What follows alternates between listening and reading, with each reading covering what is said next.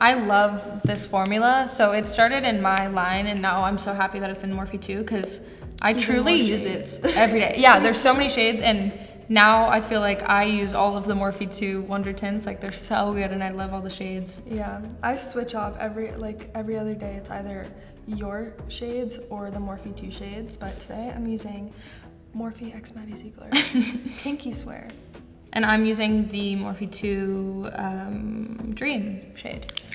I really love like a peachy color. I think it looks nice. I go for the bright pink.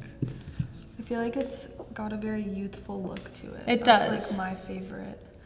I know a lot of people like to go in with more of like a brown tone blush, but I always like the bright pinky color. Okay. I do use a lot of blush. Like, I'm just realizing Maybe I should that. put a little more. No, it looks good though. I tend to go crazy. No, it looks Blush really is my good. favorite product.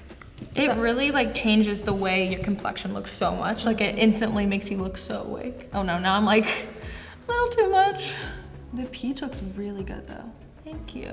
And all of the shades are so universal for every skin tone, which is awesome. For sure. Like, the pink looks so good on like your skin tone, but also on a super deep skin tone. So that's why I love that they're literally the most universal shades ever.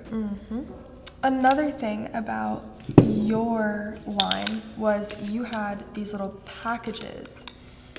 And first of all, the lip gloss with the brush, like, I like how there's options. You can get the Morphe 2, like, that's just a tube, and then the Maddie that has the brush, and I think that's super awesome. But you can really match like the gloss to the blush, which is really cool. Yeah, so it's weird because all three of the like glosses are basically clear, but I like how they're all tinted to the actual shade of the blush.